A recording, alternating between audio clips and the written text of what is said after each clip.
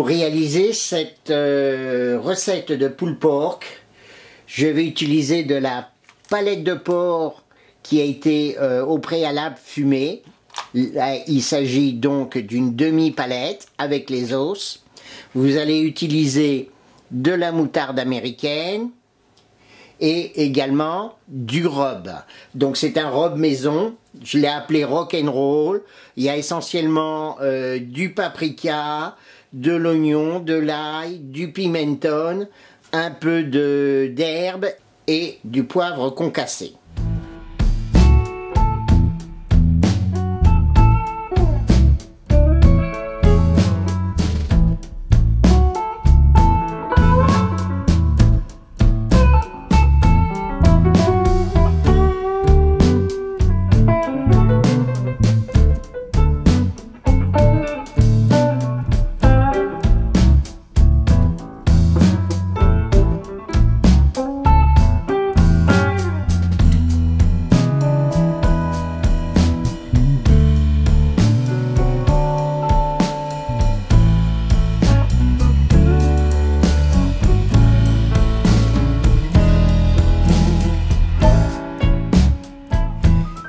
Nous allons enrober notre palette de porc fumé avec de la moutarde américaine et du rub. Donc dans l'est de la France, on trouve beaucoup de charcuteries comme ça, de filets de porc, de palettes, de jarrets de porc fumés. Donc ce sont des pièces de porc ou de cochon bien sûr qui sont passées en saumure et qui sont après fumées, mais fumées plus ou moins un peu à chaud quand même. Donc ici je vais les enrober. On va commencer par le dessous.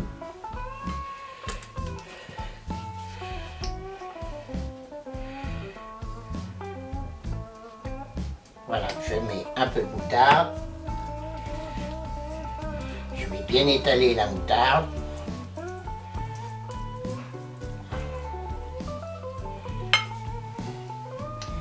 Donc ce qu'il y a bien avec ce cochon qui est déjà fumé, c'est que vous n'avez pas besoin d'avoir un fumoir pour réaliser cette recette de pulled pork. Donc dans les recettes américaines, on fume la viande après l'avoir cuit sous vide. Ici je vais faire l'inverse, donc elle est déjà fumée. Et je vais juste après la faire griller un petit peu. Je vais la faire griller pour, comment dirais-je, pour lui redonner quand même un aspect un peu coloré. Voilà, donc ma palette est bien enrobée.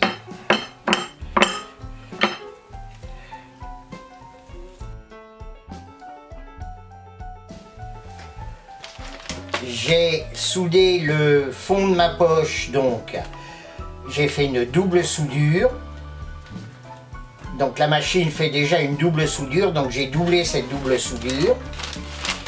Là j'ai replié l'entrée de la poche sur à peu près une dizaine de centimètres pour pouvoir glisser la viande plus facilement et ne pas souiller le début de la poche pour pouvoir réaliser la soudure correctement. Donc là on va glisser la viande comme ceci.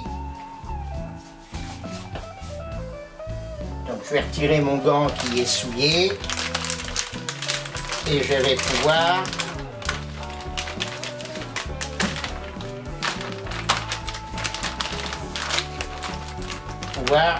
donc là c'est peut-être encore un peu long, donc on va raccourcir un tout petit peu parce qu'après ça va faire trop de plastique. Donc là je retire 5 cm.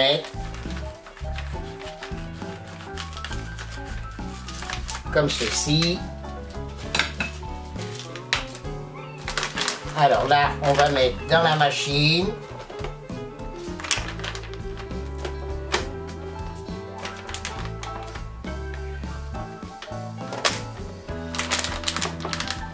Voilà, et on va mettre sous vide.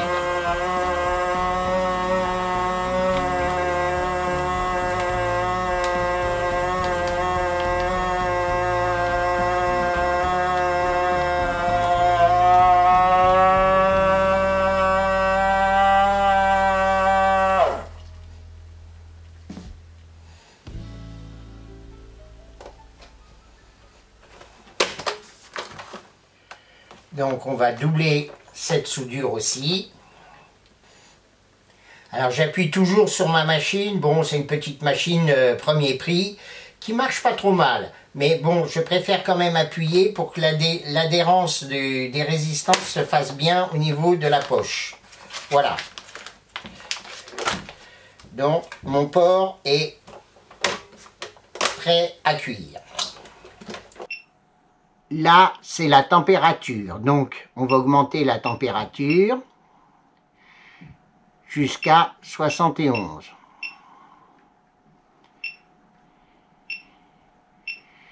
70, 71. Hein, c'est de demi-degré en demi-degré. Là, vous faites 7, voilà. Ensuite, si vous rappuyez sur 7, vous avez automatiquement les heures qui défilent. Donc là, on est parti pour 24 heures. Voilà. Eh bien, écoutez, c'est parti. Donc, 24 heures, 71 degrés. Pour l'instant, le bain est à 22 degrés. Donc là, on peut démarrer. Donc là, maintenant, on va attendre que ça monte jusqu'à 71 degrés pour mettre le produit. Donc, on pourrait le mettre maintenant, hein, surtout sur les cuissons longues. Le produit, on peut le mettre dès le départ. Il va monter en température en même temps que le bain de cuisson. Voilà, donc s'il remonte à la surface, au départ non, il ne va pas remonter à la surface, mais après il risque de remonter à la surface. Le bain de cuisson est arrivé à température, donc je me suis reconnecté donc avec mon smartphone, et donc tout de suite il m'a affiché le temps qui restait et la température du bain. On est bien à 71 degrés et cela fait déjà à peu près un quart d'heure.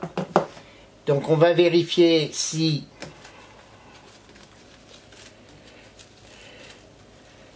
tout se passe bien. Donc apparemment tout se passe bien. Donc je retournerai peut-être une ou deux fois la pièce de viande pendant la cuisson. Et au besoin je recompléterai le bain de cuisson.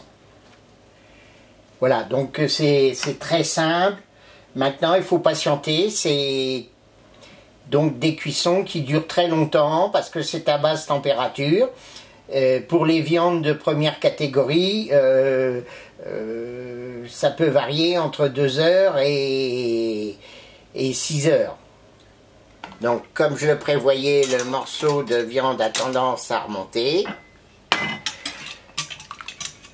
Donc on va essayer de le maintenir au fond avec un poids.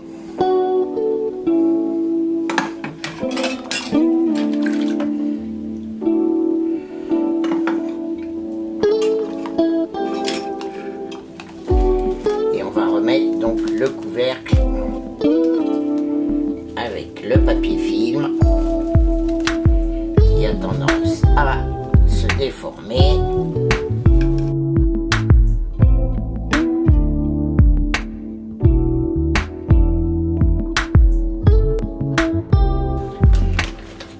Donc nous avons réfrigéré notre palette. Donc maintenant nous allons faire la troisième partie de la recette, c'est-à-dire terminer la cuisson au four. Donc là, je l'avais réfrigérée. Cette troisième partie de cuisson, on peut très bien la faire dans la foulée de la cuisson sous vide. Moi, j'avais un petit problème de planning, donc c'est pour ça que je ne l'ai pas entamé tout de suite. Voilà. Donc il y a le jus, on va retirer un petit peu et on va mettre un peu de miel et de rhum.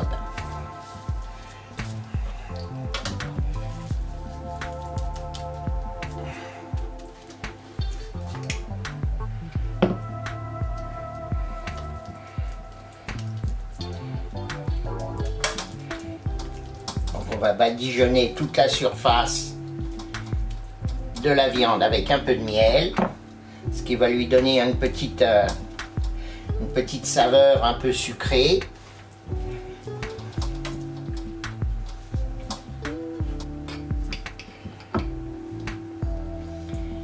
Le beau miel de Bernard.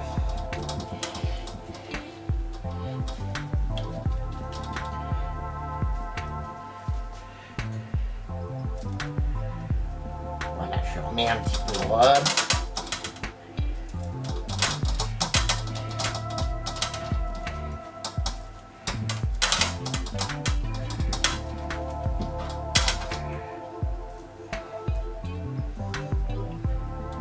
Dans la plaque. Et on va finir au four. Au four, alors four doux, 130-140 degrés. Là je vais voir, je vais commencer à 140, comme la viande est froide, et on va voir au fur et à mesure. Donc là ça va être une cuisson entre 2 heures et 3 heures. Donc là on voit que les chairs sont quand même encore un peu fermes. Le but du jeu, c'est donc qu'elles deviennent tellement tendres qu'elles s'effilochent toutes seules.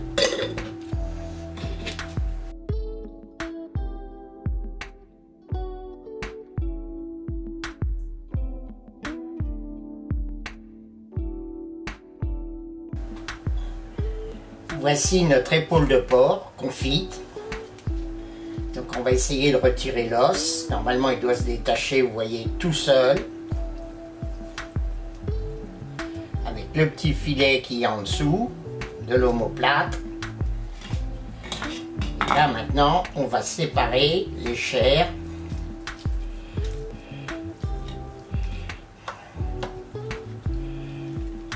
Tout simplement. Donc on voit que ça s'effiloche très facilement. Donc j'ai gardé le jus parce que c'est le jus aussi qui va, comment dirais-je, qui va venir également nourrir et finir de parfumer ce porc confit.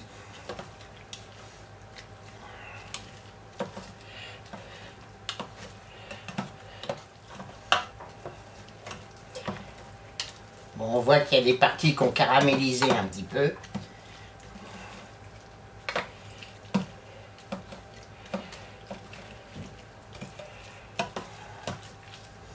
Voilà, je mélange avec un petit peu de sauce.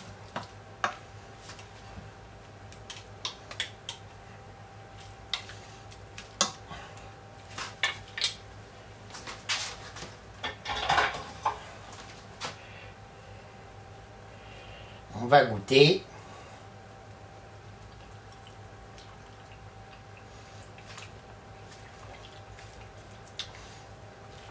Ah, c'est super. Alors surtout, ne pas saler. Donc c'est très tendre. Ça a ce petit goût confit, fumé, parce qu'au départ, donc c'était de l'épaule, enfin de la palette fumée. C'est top ça. Alors on peut utiliser ça dans un sandwich, dans une salade, dans un burger. Donc là, je vais en garder un petit peu pour faire une salade. Et le restant, eh ben, je vais le mettre sous vide au congélateur.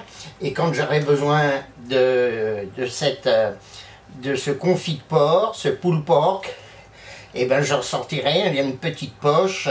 Je vais faire des poches de 200-250 grammes. Donc là, il y a à peu près 800, il reste 800-900 grammes en gros. Hein, donc c'était une petite palette. Donc voilà, c'est une recette à refaire, je pense. Bon, c'est un peu long, mais c'est une viande qui est quand même intéressante. J'ai oublié de préciser, on peut faire un hachis parmentier. Enfin, il y a plein d'utilisations de cette préparation.